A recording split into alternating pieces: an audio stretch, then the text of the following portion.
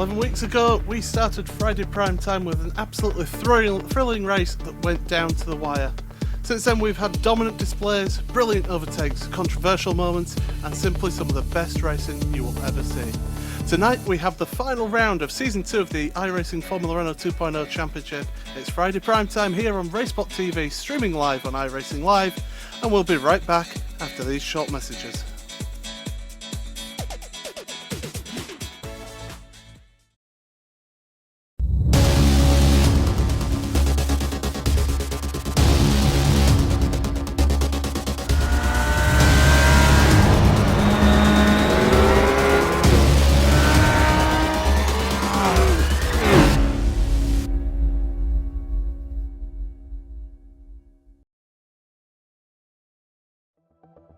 The 2016 iRacing World Championship Grand Prix Series is all about change.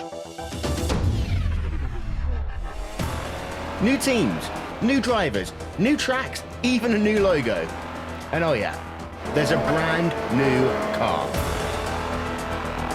After 5 years of competition, we say goodbye to the Williams FW31 and we say hello to the McLaren MP430. But this isn't just a brand new car, it's a whole new ballgame.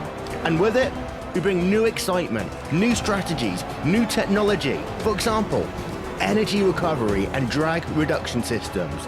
There's a new way of thinking about racing, and for all the drivers participating, it's back to the drawing board, wiping the slate clean in the ever-consuming pursuit of perfection. One little slip-up, one wrong move on track, one poor strategy call, and it's over. That's the difference between coming up short and becoming champion, and being $10,000 richer to boot. So yeah, change is in the air, but we're going to start getting answers on the 27th of February as the 7th year of iRacing World Championship competition kicks off. And you won't miss a thing, with every single race live on iRacing Live, coverage brought to you by Racebot TV. So join us fortnightly from 1:30 PM GMT.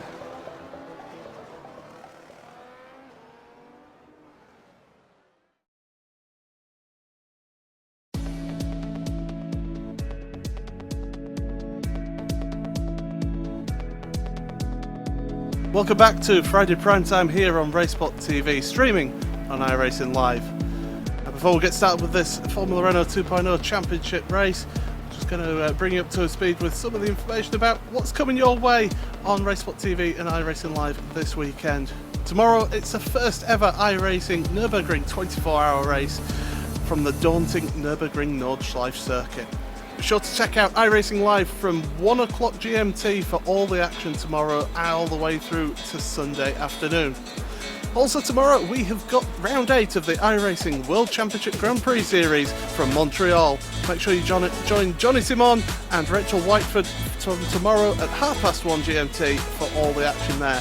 But tonight, it's the season finale of the iRacing Formula Renault 2.0 Championship, and this week we're racing around the iconic 2.6-mile Autodromo Jose Carlos Pace, otherwise known as Interlagos. This legendary track is the home of home to Formula 1 races and the World Endurance Championship. It's a track of contrasts with high speed first and last sectors and a low speed middle sector of the track. I'm Paul Smith. Alongside me as always is Randy Chenov with Hugo Lewis on the cameras. And Randy, it's week 12. This is it for Racebot Prime Time on Fridays so far for this season, and it's been a good one so far. Yeah, it's been a fantastic 3 months worth of racing and absolutely fantastic championship, and I'm just happy that I'm almost done commentating with you. Thanks for the vote of confidence there. Well, Racebot TV Primetime does return in a few weeks' time, where you, those who love sim racing, get to choose which iRacing series we broadcast 2 nights a week. To find out more and to go and vote now, visit racebot.tv/primetime.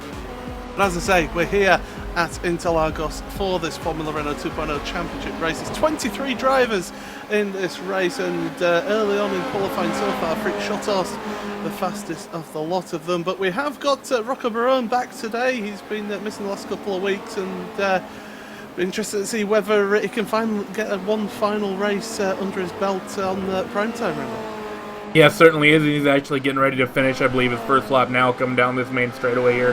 And hopefully he gets himself a good result here. He's had good runs, but he's always kind of been taken out by some sort of mistake by someone else or someone else's misfortune. Across the line he goes. He sets the second fastest lap time for the time being. That is a 1:31.9 for Shotos with 1:31.7. In fact, Shotos is just coming out of Zhengzhou now, and he's going to come up the hill in this high-speed section where you full throttle all the way towards the turn 1, the Senna S. And really, it's a really challenging part of the track, so you've got to carry that speed all the way up there, Andy. Yeah, I mean, it certainly is, and it's relatively easy flat in these cars, and as Freak comes through and he actually doesn't improve, so that time of a 1:31.7 is going to be what he's stuck with. Going to be interesting to see what Rocco does, though, as right now he's about midway through the lap in the turn 6 to 7 complex, getting ready to get in that portion of the track where it's nothing but hairpins. Yeah, so there's that one there. There's Ollie Qualker as well. He is just coming through that middle sector of this track. And as I say, it's a great track of contrasts. It's always a fun track to drive on. I always enjoy racing around here. But it's difficult to set up the car because you've got those high-speed sections from this corner here that Ollie Qualker's going through now, Zhengzhou, and then all the way up through the start-finish line. And then after the Senna S, down towards the turn 4, the Descender de Lago. Yeah, it certainly is, and you definitely want the car set up mechanically very, very well for that really that middle portion of the lap, from turn 8 all the way up to about turn 11 and into Zhengzhou, because really those slower corners you can lose a lot of times. Actually, Rocco does improve and goes to a 31.8, but not enough to get him pole. But you also need to be quick to these faster corners. You have turn 3 where you need to be flat out really to be competitive. The run through turn 4 and 5 is very important. Turn 6 and 7 as well. So I mean, here it really is kind of a pick your poison when it comes to setup. Mark Usher is just going to come across the line now to complete his second timed lap. Across the line he goes. Does he improve? The answer is no. People aren't really improving on the second lap where they usually would.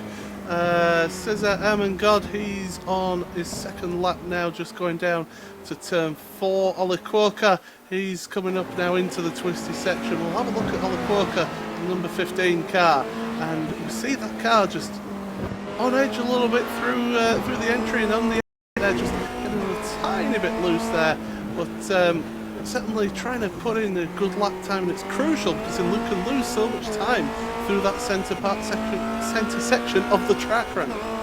Yeah, I mean, you really can. One little hiccup, if the rear tires start to go away, just a little bit, if they break free, you start losing time basically immediately. So, I mean, that's really, a lot of these guys, they like these cars on edge for these fast corners, but, do that slow stuff. A lot of the times it's just better to have a car that's a little bit more predictable and easier to hold on to, and maybe that doesn't fit these guys' driving styles, and maybe that's why we're seeing some people further down the order than we're used to. Walker comes across the line, does improve his times up to 17th place. Cesar Amengod went into the wall there, so he won't be finishing his final lap, and I do believe we have got everybody who has set a lap time here, so we can go through your starting lineup here for this fight finale, Ring 12 of Friday Prime Time. It's going to be Freak Shothorst, who is on pole position with a 1:31.719 lap. Rocco Barone in second place, a 10th and a half behind. Boris Spoelstra is in third with Thomas Schmidt in fourth. Justin Brunner in fifth with Vinicius Roca in sixth. Mark Perez and Nito Nascimento, I'm going to get so many names wrong here, in 8th place. Angus Waddle in 9th with Jan Schwitter in 10th. Mark Usher in 11th with Scott McIntyre in 12th. Bruno De Carmo 13th with David Williams 14th. John Allett 15th with Fabio De Carmo in 16th. Ollie Qualker there we saw 17th with Sergei Zakharov in 18th place. James Obernier in 19th place with Tom Berenson in 20th. Cesar Amengod we saw going into the wall there in 21st with Baslov 22nd, and not setting a lap time, Michael Mittner in 23rd place. And well, it's going to be a race of, I think it's going to be a race of attrition, because there will be cars struggling around some of these, some of this track, and overtaking is easily done here as well with the long straights. Yeah, it certainly is. I'm expecting to see some issues. You know, that first section of the track, that turn 1, 2, 3 complex at the start of the race is always very, very hairy, and really that run into turn 4 can be pretty sketchy as well. And the first time you go through that middle part of the lap, the way it tightens up, everyone's gonna get bunched up under braking. I would not be surprised if we see cars touch and see people who have the races ended early.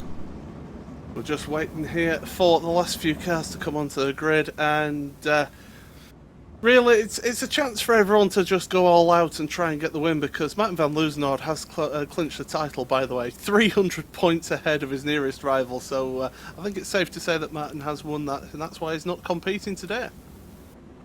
Yeah, I mean, 300 points is an absolutely massive deficit to even try to overcome. I mean, in a championship, nonetheless, in a week, so very well done by Martin. All set then for 18 laps of this Interlagos circuit.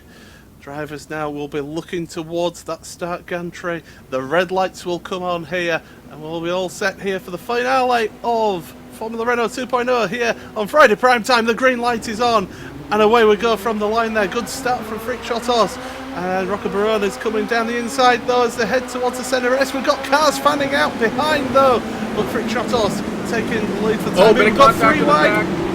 And yeah, yes, they were 3-4 wide going to turn 1. And who is at the contact involved in that one? We've got one of the cars there. I think it might be Fabio De Carmo involved there. We've got a car running wide through Curva de Sol as well, Mark Usher. He's trying to get back onto the track, so plenty of action going on towards the rear of your field, but it's still Frick-Chotos at the front of your field. He is trying to pull away here from Roca Barone, already half a second between them. But we've got side-by-side action as well going up there towards the long right-hander there with Boris Spolstra. And well, we've got a big crash there as well, Randy. Yeah, we do. I'm not sure. I haven't seen what happened just yet, but going through it's been pretty exciting here, the back half of the field. Yeah, big action. We'll bring that to you. Looks like one of the people is James Ubernier, and looks like he was involved in that one. But yeah, quite a few involved there. Sergei Zakharov as well, struggling away. But Frick-Chotos is the man. He's at the front. He's already 0.7, 0.8 of a second ahead of it's not Roca Barone, sorry. It's Boris Spolstra, who is in fact, no, yeah, it is. It's T-Pace. You see, I'm getting confused there. Frick-Chotos and Boris Spolstra have the same livery, so just a little bit of confusion there from me. But we've got side-by-side Thomas Schmidt looking down the inside of Roca Barone, deciding against it now. Roca Barone looking down the inside of second placeman Boris, down the inside, but not able to make that move stick for the time being as they head through the centre S. And all of this is allowing Frick-Chotos to just pull away there. We've had major incidents on that first lap. Have we caught up with who it was, Randy? Yeah, I did. It's just like you said, James Obermeyer, and really there's about 5 or 6 cars involved in that. Kind of hard to figure out who all was it. Actually, we got a car upside down in turn 2 right now. That was Mark Usher, I believe, who was just upside down in turn 2. Not sure what happened there. I think that he just lost it all on his own, and someone collected him and pushed him over. Oh, absolutely disastrous there for Mark. Yeah, he's on the roll hoop there. He lost the rear wing. That's the end of his race in this afternoon for today. But Frick-Chotos out front at the moment. It's battle for second place. We've got a replay of the Obernier incident as well for you there. But battle for second place is where it's at the moment. You've got Boris Spolstra at the front of that queue. Then it's Roca Barone, Thomas Schmidt, Justin Brunner there as well in this 4-car train as they head to Zhengtao once again to try and get that run through there, all the way up the hill. And this is where Roca Barone has got the slipstream. He's got the opportunity on the full throttle all the way up the hill. Well, they're going to come across the start and finish line. Frick-Chotos 1.3 seconds ahead, so he's trying to make the break. We've seen so many times in this championship that the guy at the front makes the break and pulls away, and here comes Roca Barone around the outside in towards turn 1, the centre S. Will he hold it? Yes, he will. Around the outside, he's going to have the inside for turn 2, and that's a brilliant work there from Roca Barone to get that second place back from Boris Spolstra at the front there. So having to go defensive though down the straight as they head towards the Descenda del Lago, And well, it's turn 4 is this. It's a left-hander. Rockabrone got the inside line. Looking around the outside though is Boris Spolstra once again, but forced wide over the AstroTurf there. Rockabrone holding on to the place for the time being, Randy. Yeah, very good defensive driving there by Rocco. One of the problems with trying to work a pass going into turn 1 is you lose a bit of that momentum going on the run into turn 4 just through that entire complex, and you will almost always be under attack going into turn 4. Rocco did a very, very good job to hold off Boris, and actually did a good job to not let Thomas Schmidt get a big run either on either of them. And well, they're heading through this central section once again, and through this right-hander. You take as much curb as you possibly can through that right-hander, and then down the hill here through this constant radius left-hander in towards Juncal once again. Around there, it's important to carry as much speed as you can through there to be able to carry all the way up the hill, because if you're 1 or 2 miles an hour slower out of Juncal, then that will count against you all the way up the hill with the cars behind in the draft. And speaking of the draft, Thomas Schmidt now is looking at the back of Boris, going to go the long way around. We saw it work the last lap with Rockabrone. Across the line they go here. Round the outside once again, Thomas Schmidt. Will he hold it on the inside? Back end getting a little loose. And this time just having to back out of it. Look at Justin Brunner now. He's got the run through turn 2 there on Thomas Schmidt. And Thomas Schmidt could lose a place here. He could end up down in 5th place. Justin Brunner alongside him here as they head down towards Descenda del Lago. Once again, we've got 15 laps remaining in this race, and Thomas Schmidt holding that inside line for the time being. Yep, again, good, well done by Thomas there to be able to defend, going through turn 1. On the brakes, really, even into turn 1, the back end just gave up on him there, wasn't able to hold the speed, wasn't able to try to make a pass work there, and, he very, very nearly lost that spot to Justin, and he's going to have to be very careful here because the 2 cars behind are starting to catch them as well, as right now we're watching the 7 car.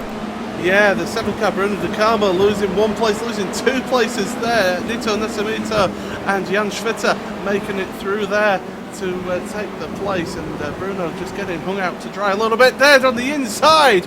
Angus Waddle looking down the inside and making it through. A very ballsy move there from Angus and made it stick. Bruno De Carmo, he's been one of our more consistent drivers, certainly been here pretty much every week on Friday prime time, and he is now down to 11th place, lost 3 places on this lap, but looks to get the better run out as Juncal. Yeah, certainly odd to see him losing so many places so quickly like that, and one has to wonder if maybe he has a little bit of unforeseen damage. Although he gets a bit of a run on Angus now coming down this main straightaway, and he's going to be up on the outside, and we know that outside line can work. Specifically going through turn 2, he's going to have to be very, very deep here, and we know he's going to have to be very, very brave. He's able to hold that outside line, the front end locks up just a little bit, and he's actually going to have the inside run through turn 2, and that's a job well done. Yeah, a textbook move there from Bruno. We've seen it happen a few times tonight already. And, well, look ahead. Nascimento having to go defensive against Jan Schwitter as they head down towards turn 4 once again, this left-hander. Of course, this track, it is an anti-clockwise track. It's one of the few tracks that go anti-clockwise that aren't an oval. And, well, it's certainly a challenge as the drivers used to taking more rights than left. This time it's more lefts than right. Yeah, it certainly is, and a lot of the most, really the most important corners here are left-handed ones. You talk about turn 1, maybe the best passing zone on the track.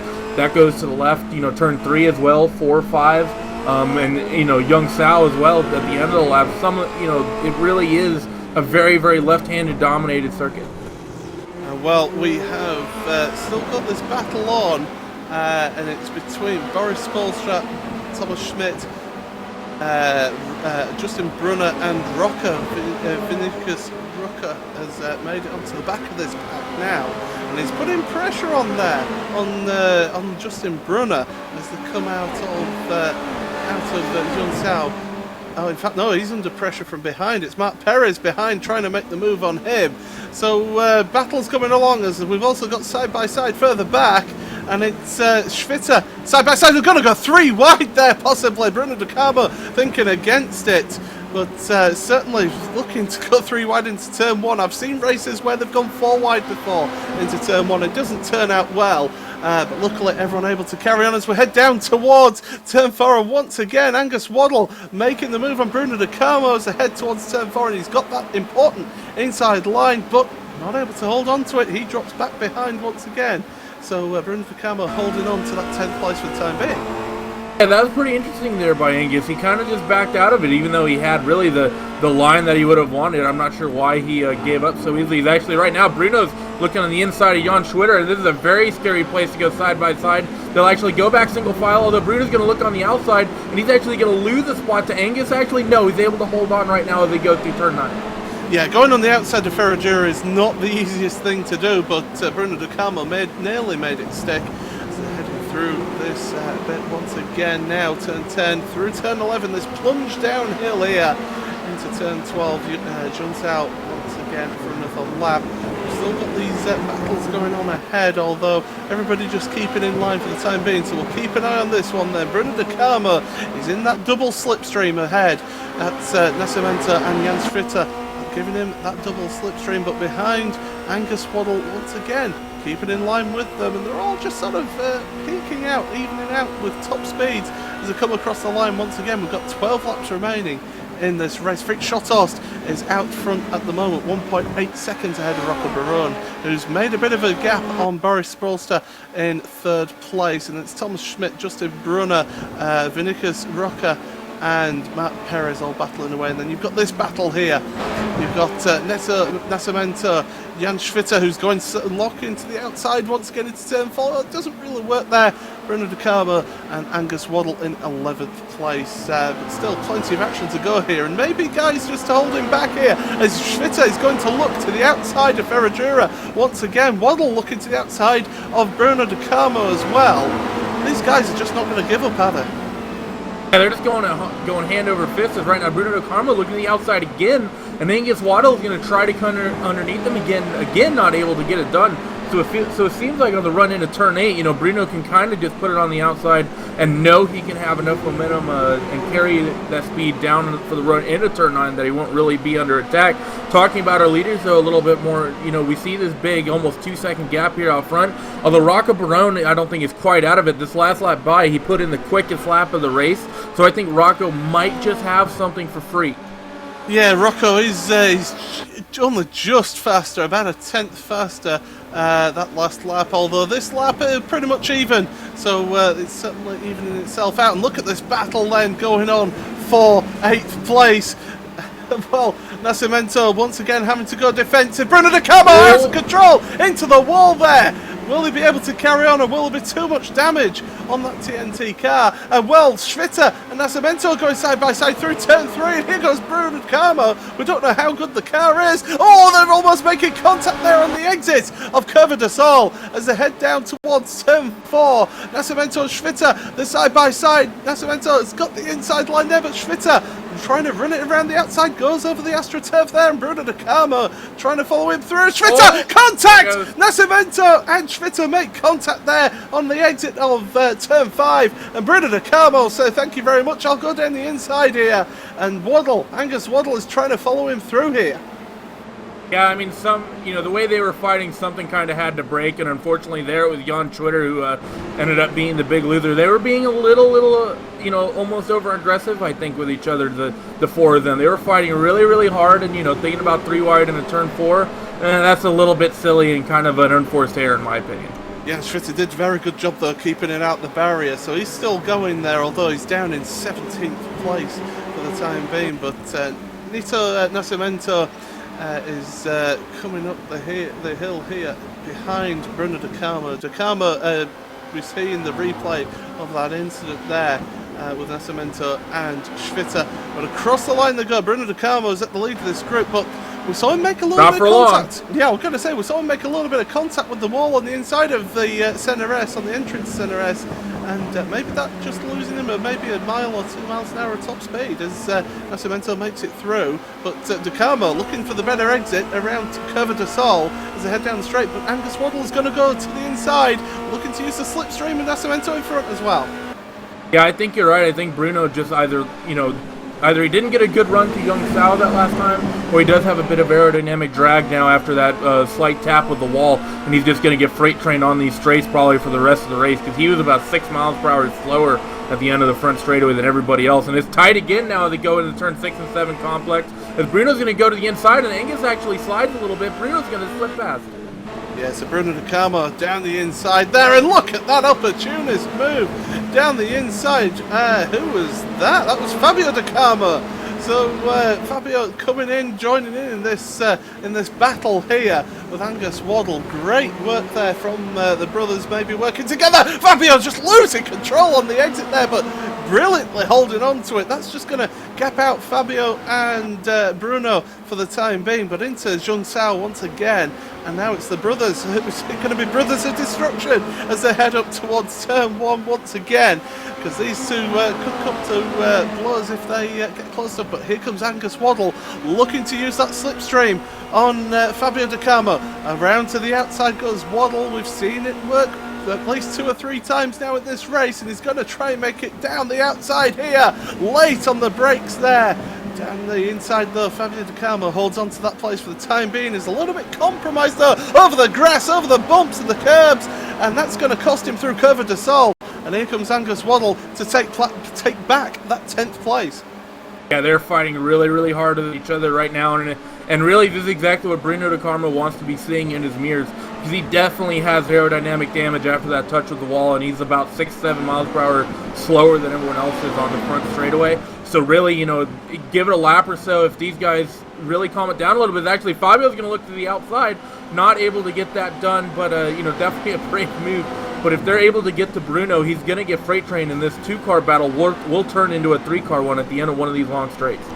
Yeah, Fabio De Carmo doing everything he can to try and get past Angus Waddle. He looks to have the run of him through this tight infield section, so maybe setting up that car to be better through the tight and twisty stuff for Fabio De Carmo as they come down through turn 11 once again. They're just dropping back from Bruno De Carmo to come into Zhang Sao once again for another lap. We've got 9 laps, there'll be 8 laps remaining to go across the line, just freak shot us.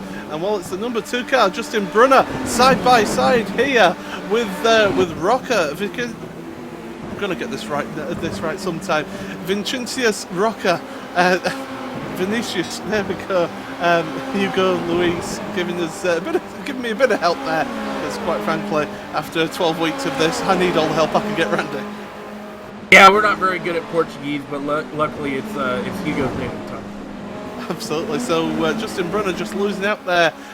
So he's down in 6th place, is Justin, but putting the pressure on here. And this is your battle here, although Bruno De Carmo is right up with Nito Nascimento as they go through turn 4. So Bruno, it looks like he's got the hang of how that car is handling now, and maybe using it to his advantage, now getting into the battle for 8th place. And this field really sort of splitting up into different packs here, Randy, and well, with a track like this, you would expect that, although you would expect the slipstream to be quite strong here.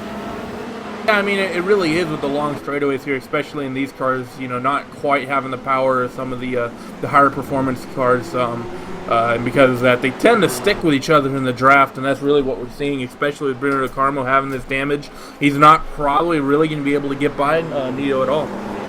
And well, we've got a battle here, Boris and Thomas, once again for 3rd place as they head down towards the Senna S. Once again, Thomas Schmidt looking to the outside here as they go into the Senna S.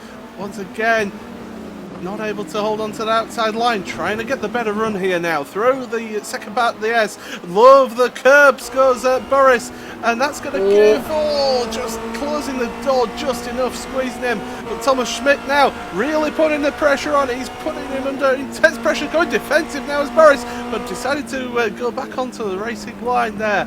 Thomas Schmidt having to just hold back for the time being for 4th place, but Boris Sprolsa is running wide there through turn 4, and that's going to lose him a little bit of momentum as they head up towards Ferradura once again. Yeah, Thomas Schmidt, I don't think will be too happy about that. You know, Boris kind of hicked up pretty hard going through turn 3, got on that inside curb, and it kicked the car to the outside on him. And Thomas really did have a pretty big run. As right now we're watching the 16 car of Angus Waddell, and he's trying to make moves, and he's actually coming under attack right now. With actually Bruno very, very close on the brakes. Nito's going to have a look here as well, and he's not able to get that move done. Yeah, so Angus Waddell's made it up to 8th place. Nascimento and Bruno De Carmo losing the places there. So Waddell 2 places up on this lap, and Fabio De Carmo is putting the pressure on. I don't know if you can find out what happened there between those guys, Randy, but certainly Bruno De Carmo and Nascimento losing out there to Waddell, who's now pulling away at the front of that group. Oh, it was We've got just side by side as well on the pit straight as well, Thomas Schmidt. Yeah, sorry, I'm just watching the replay. Bruno and Nito just went side by side going through turn 3, and Angus got an absolutely enormous run and got them both done on the run down into turn 4.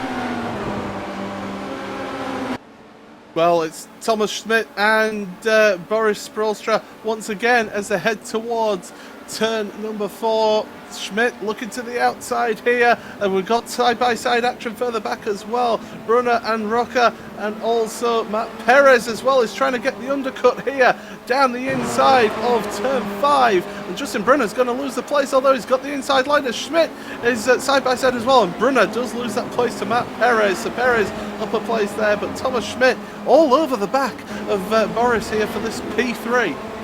Yeah, Thomas is slowly but surely, I think, getting less and less patient with the way this race is going, and I think eventually we're going to see Thomas here make a brave move, try to happen. And well, we have got in the lead Freak Shot Austin. We've not forgotten about him, by the way. He is out the front at the moment, 1.7 seconds ahead, and well, Rocco Barone is trying his best to catch up, and well, still 1.7 seconds behind, and we're going to have 5 laps remaining as we go across the line this time by. But it's this battle here for 3rd place, Boris Sprolstra and Thomas Schmidt, as they go through here towards turn 1 once again, the centre S. And Brunner's looking to the outside here. Not Brunner, it's Thomas Schmidt looking to the outside there, trying to hold it on the inside for turn 2. That'll push them wide, but once again, not able to make that move stick. We've seen it happen for a few others, Randy, but not this time once again for Thomas Schmidt. Just, not quite yet, and they're actually side by side behind, as well as Boris again going defensive into turn 4, and we've seen it the whole race. You can't make that outside line work through turn 4. Actually, Boris pushes hard. Thomas is going to have a run now on the run through turn 5 and up into turn 6, and I think this was Thomas's opportunity he's been waiting for. He has the space, he needs a break late here, and I think he'll have this position. He breaks a little too early though, and Boris able to fight back, and Thomas, he just gets hung out to dry on the outside.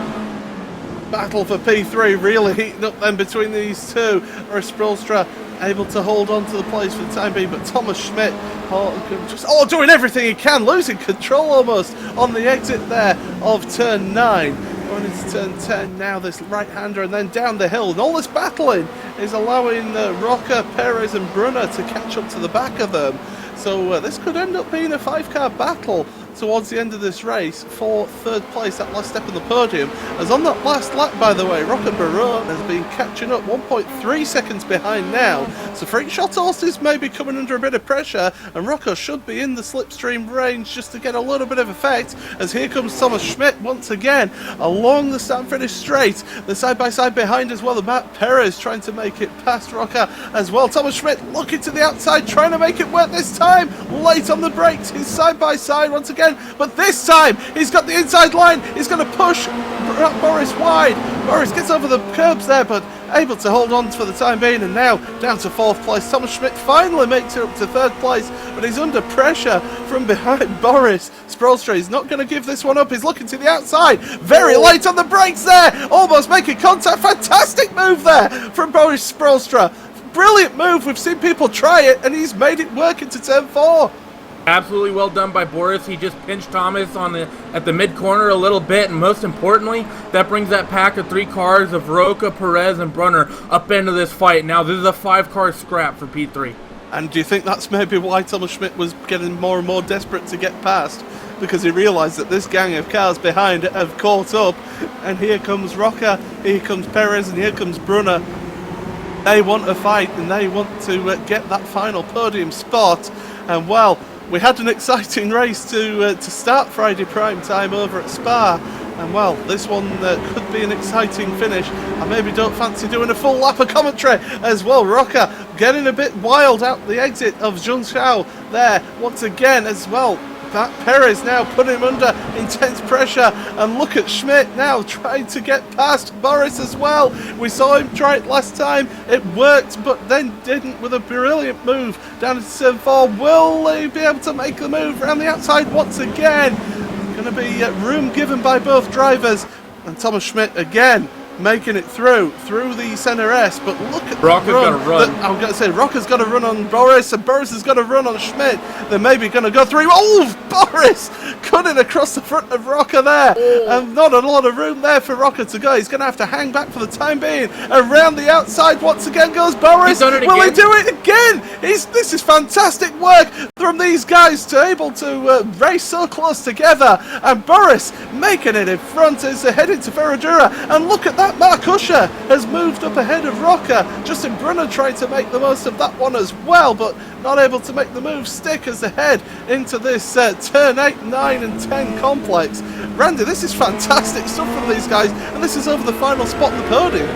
Yeah, we're getting ready to come to 2 laps to go, and Mark Perez there, absolutely fantastic move to get by Rocca, and you know, absolutely fantastic driving by Boris here, able to make that outside move on turn 4, work 2 laps in a row. He's the only person in this whole race who's been able to make that move actually stick, but he's not the only one to try it. Thomas Schmidt here needs to be a little bit more aggressive on defending, I think, because really Boris has a bit of a gap here, although Thomas will obviously have this draft. And Thomas wants to be out front. Thomas doesn't want to be the one who's under attack by the cars in front while still needing to get past.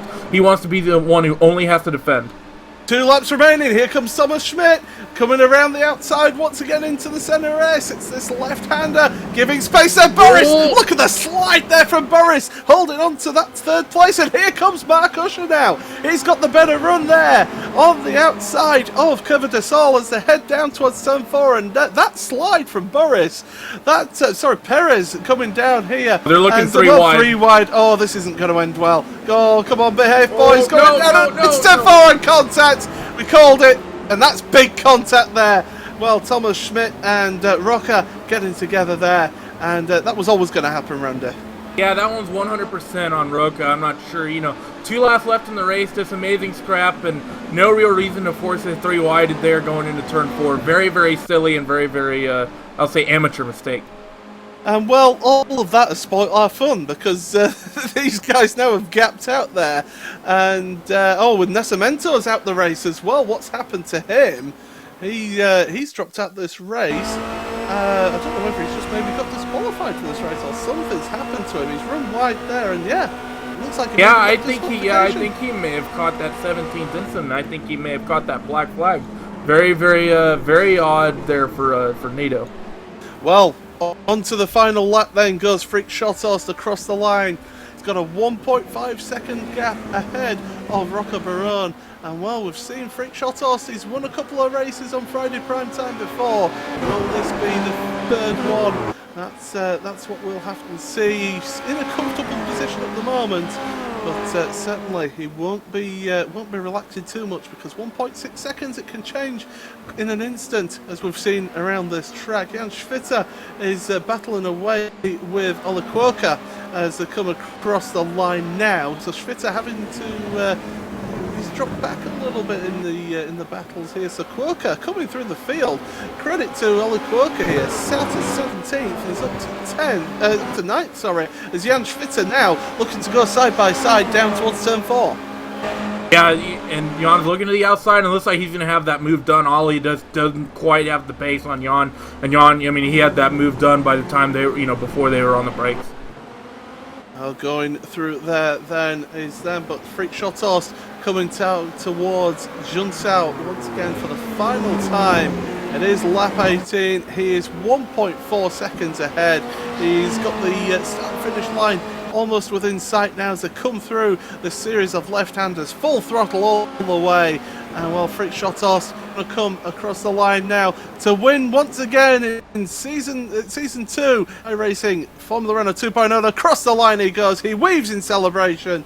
That's a fantastic win from him. He got out front from the start and he kept it there. Rocca Barone finishing in 2nd. Boris Prolstra doing a fantastic job to finish 3rd with a couple of amazing moves around the outside of Descender del Lago.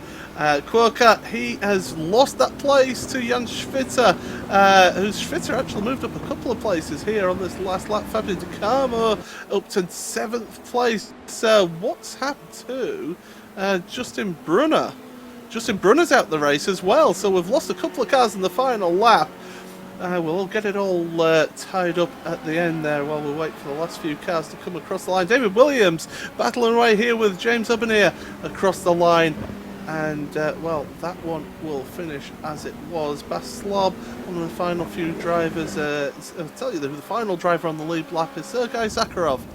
And, well, Brunner has, we did cross the line, so that's good. So, timing screen just playing it up a little bit for me, but as well, Sergei Zakharov, we've seen him have a couple of good races, Randy, but unfortunately, he's at the back there as he's going to come across the line here, and Hugo, quick on the button, he's wanting to get the results here. So Randy, take us through the final results then. Alright, so coming home with the win again here is Mr. Freak Schoedhorst, with absolutely pretty much dominating performance here. He got out front early, and, you know, Rocco unable to really reel that in, finishing P2. Boris, we saw him source of a lot of hard racing, along with Mark Perez, Justin Brunner, Thomas Schmidt. You know, they round out really your top 6. 7th place, Angus Waddell. 8th place, Fabio Di Carmo, the first of the Di Carmo brothers. 9th place is Jan Twitter. 10th, Ollie Quokka. 11th, Bruno Di Carmo. 12th, John Allett. 13th, Cesar Armengod. 14th, David Williams. 15th, James Albenmeyer. 16th, Bas Slob. 17th, Michael Mittner. 18th, Sergei Zakharov, and then our non-finishers, Vinicius Roca, Nito Nascimento, Tom Burnson, Scott McIntyre, and Mark Usher. That was your final results in this Season 2 finale of Friday Primetime, and well, that was a good race. It's just unfortunate maybe that battle for 3rd place got broken up there with a couple laps to go. Yeah, it really is unfortunate. You know, you saw that silly move there by Roca, forcing it 3 wide, which, you know, we saw a similar thing happen at Suzuka with our leaders. You know, saw an incident get forced 3 wide and saw several competitive cars taken out of the race, really, and the same thing just happened here today. And well, we've seen incidents all the way through this season. I remember Silverstone down into Stoke Corner with Martin van Loosnord, so we have seen even the best drivers getting involved in incidents on Friday Primetime. But well, that will be it from Friday Primetime for this season. It's been really good racing overall, Randy. A couple of really intense races as well to start off with. But your thoughts there? It's been a good season. Yeah, it's been an absolutely fantastic championship. You know, started out with that exciting race 1 at Spa, and really the competition has just sort of flowed through the whole season. The whole season, you know, started off with the domination of Van Loosenhoort, and then he fell off right around the time at Road Atlanta, and saw some new guys get themselves out front, and, you know, really it was a very, very one of the most entertaining seasons I've ever done.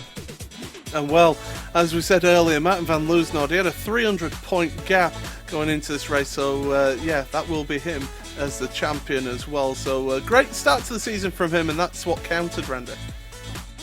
Yeah, I mean, it really was. That's really what got him out front, you know, dominating those first several weeks. And he was never as strong as he was in the second half of the championship as he was the first, but as strong as he was throughout the first half made it almost impossible to beat. Well, don't forget, tomorrow it's the first ever iRacing Nürburgring 24-hour event from the daunting Nordschleife circuit. So be sure to check out iRacing Live from 1 o'clock GMT for all the action tomorrow, all the way through to Sunday morning, Sunday afternoon even. We also have round 8 of the iRacing World Championship Grand Prix Series from Montreal.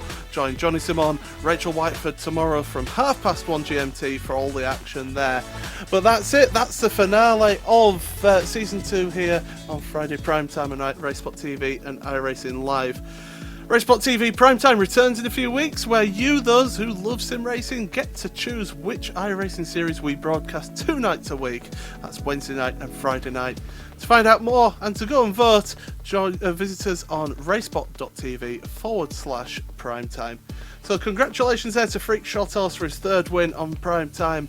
And well, from me, Paul Smith, from Randy Chenoweth, and from Hugo Luis, and from everyone here at Racespot TV and iRacing Live, it's a good night from Interlagos. Good night.